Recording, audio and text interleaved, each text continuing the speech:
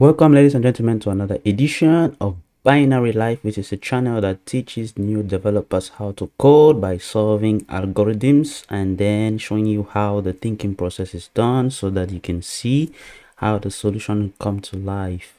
Today we'll solve a 7Q kata called Find the Vowels, and let's read it to try to understand. I'm going to increase in size the exercise. So we want to know the index of vowels in a given word. For example, there are 2 vowels in the word super, that's U and E, the second and fourth letters. So we're going to return this as a list as an answer. These are a couple examples. Here there is no vowel, so return an empty array. This is the super up 2 and 4. This is apple. We have the A and the E, which are at positions 1 and 5. So we can see the the pattern that is here. We have O, A, and A here. That's 3 vowels. He has added 1, which means he has added Y. Initially a vowel is just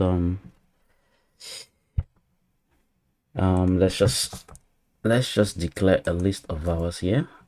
What I was about to say was a vowels is usually A, E, I, O, U, but he has added the Y, so let's add it to our list.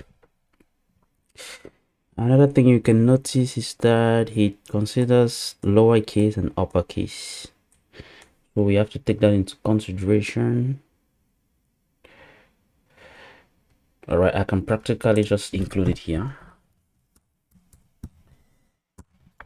And we have our list of vowels. All right, so let's solve the solution. I will just copy this here and go to full screen so that you can see properly. Okay, so I'm going to comment this here.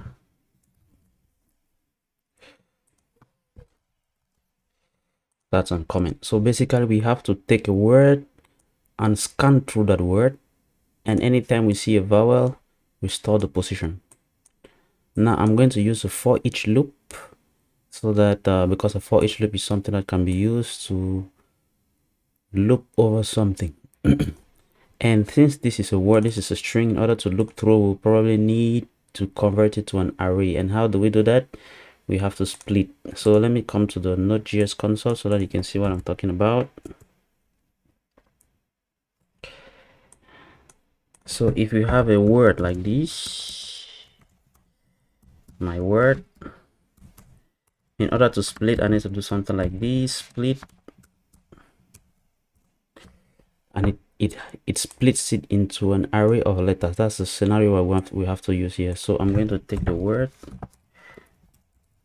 and split, and automatically converts to an array, and then I'm going to loop on each letter there, on each letter. So we have to loop on each letter and then store the index, which means while looping on the letter, it will be very advisable to know the index of the letter. Now that brings us to another option, or let's say a parameter that for each has that less people use it. Let me take again this word here so that you can see. If I take the word and I split like this and I loop through for each letter, what can I do? I can console.log the letter, close my loop like this. You can see each letter is looped. Now there's a second parameter that comes. Let me record this function. There's a second parameter that can be used in the for each here. We have the letter on one side and we have the index. Let me just call it ITX on another. So instead of console logging the letter, I will console log letter and index. So I'll just say index letter. So we can see M is at index 0, Y is at 1, This is how you can get the index from the loop, from the for each loop. But you can see from the example, the first letter, from the example he gave, the first letter Y here is 1 here. Meanwhile, from our for each, it starts at 0, so we have to take that into consideration as well. So let's go back to our code. Let's go back to full screen mode. Right, so I have to loop through the letter, and at the same time I'm going to get the index like this. Now let me close my for each loop. So what needs to happen for every letter? I have to check if the letter is a vowel, and that is done using the include. So I have to check if inside our vowel there is our letter in question. If that's the case, then I'm going to create a variable answer where I'm going to store our array. So it starts at the empty list like this.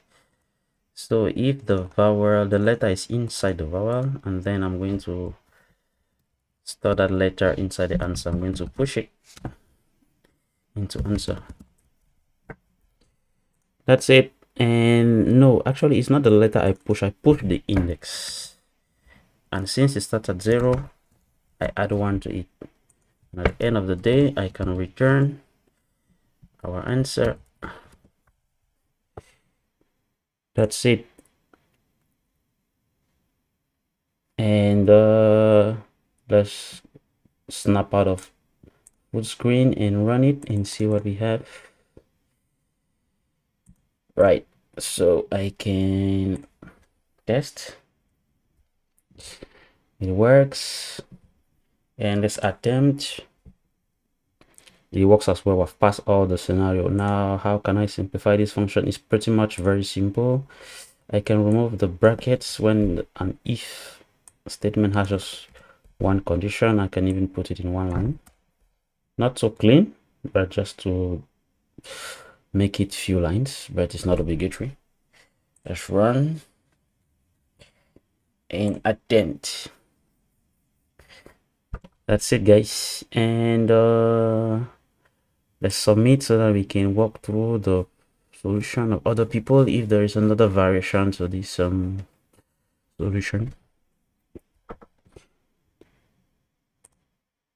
Right, this is practically the same thing. This is like our answer for us here, and this is like a for each loop for us here, and this is like the if, checking if the vowels is included. Now this this is using a regular expression. This I means ignore lower or uppercase. That's it. So we're going to test if the word of I, that's practically we're going to test if the letter is part of this letter, part of this group of letters here, and then we push the index +1. It's just the same solution using a regular expression. Nice one. This one is replacing a word, replacing a letter with the index, something like that. And then I guess emptying the other ones that are not part of this. In fact, I mean, you go into a word, and anytime you see a vowel, you replace with the index. That's it. You replace with the index +1. If not, it's gonna be removed, and we'll be left with an array having just indexes. This is very wise. Let's just vote. Cool. This is somebody that did like us. Now he has a list of vowels here, and then he takes his word here and converts to lowercase so that he doesn't have the lowercase scenario. Us, we just included everything there, but you can convert everything to lowercase and then split so that you can have an array. And then you use the for each to loop, and then you push the index to +1. That's it. The same like us, with just a small variation here. This is the same tool like us. It has a list of vowels in form of an array instead of a form of a string like this. And then this is like the for each loop, and then it pushes the index. So every solution is just like a modification of our thing. This one I won't look into it, but I think it looks with the filter and regular expression, it looks something like this. Alright guys, I'm going to stop here. Thanks for viewing, and don't forget to push the subscribe button so that you can have notifications for future algorithms. Thanks for watching, and see you on the next coding challenge.